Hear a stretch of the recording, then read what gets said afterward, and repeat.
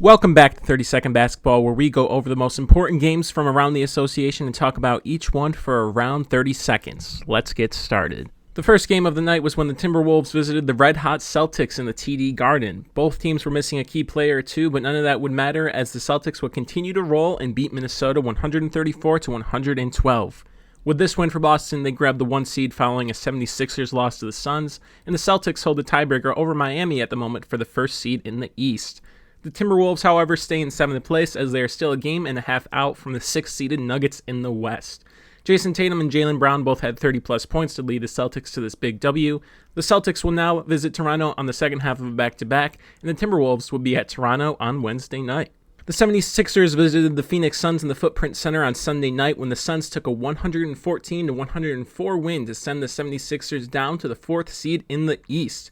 The Suns already have the 1 seed in the West locked up, but they make Philadelphia have some extra work and after dislodging them 3 seeds down in the East.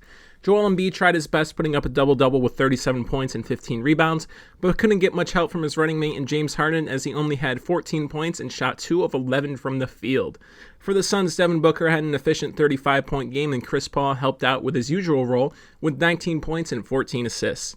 The Suns will now visit Golden State on Wednesday night, and the 76ers will host Milwaukee tomorrow night. A crucial third matchup on the recap slate was when the Lakers and Pelicans battled for play-in position in the West on Sunday night. Brandon Ingram returned after a 10-game absence and had 26 points on efficient shooting to top the Lakers in a comeback victory 116-108. The Pelicans trailed by as many as 23 points but would end up winning this one in the Smoothie King Center.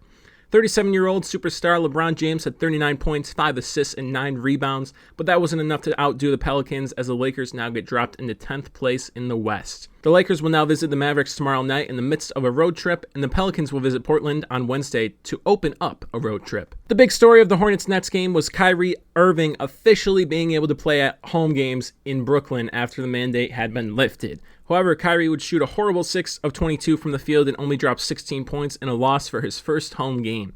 Kevin Durant wouldn't shoot much better as he had 27 points on 9 of 24 shooting. Lamelo Ball for the Hornets, however, would drop 33 points and 9 assists on Brooklyn to leapfrog his team in front of the Nets to take the 8th place in the East. If the season started today, the Nets would have to win 2 straight games in order to get into the playoffs, and the Hornets will now host Denver tonight on the second half of a back-to-back, and the Nets will host Detroit tomorrow night in a must-win for them. Another big game in terms of seeding in the West for our last game of the recap slate was when the Utah Jazz rolled into Dallas to take on the Mavericks. The Jazz, having lost 3 straight entering this game, would get hit with another L as they lost 114-100.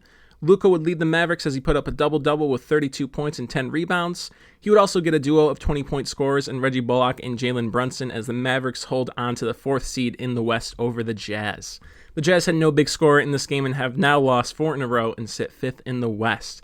The Mavericks will now host the Lakers tomorrow night, and Utah will try to stop its 4-game slide on Thursday at home against the Lakers.